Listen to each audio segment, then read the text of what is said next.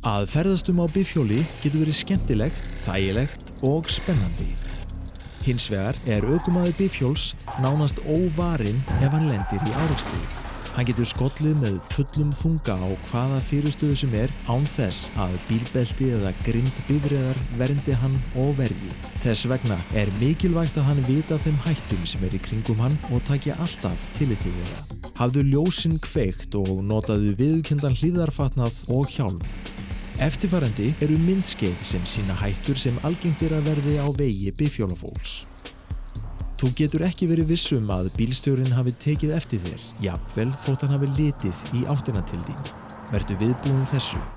Ekkert stefnuljós gefið og líklega tók hann ekki eftir þér. Við þessar aðstæður borgar sig að hafa vara á sér.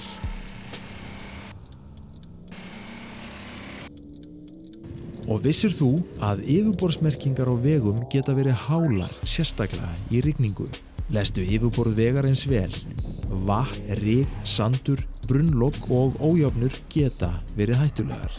Búfénaður fælist frekar vegna bifhjóla en bíla og þess vegna geta viðbrögð þeirra verið óvænt. Og að lokum vindur. Vindhviður geta hreinlega tekið stjórn bifhjólsins úr þínum höndum, sérstaklega við brýr þar sem að hliðaþrýstingur breytist snögglega. Hafðu þetta í huga og góða ferð.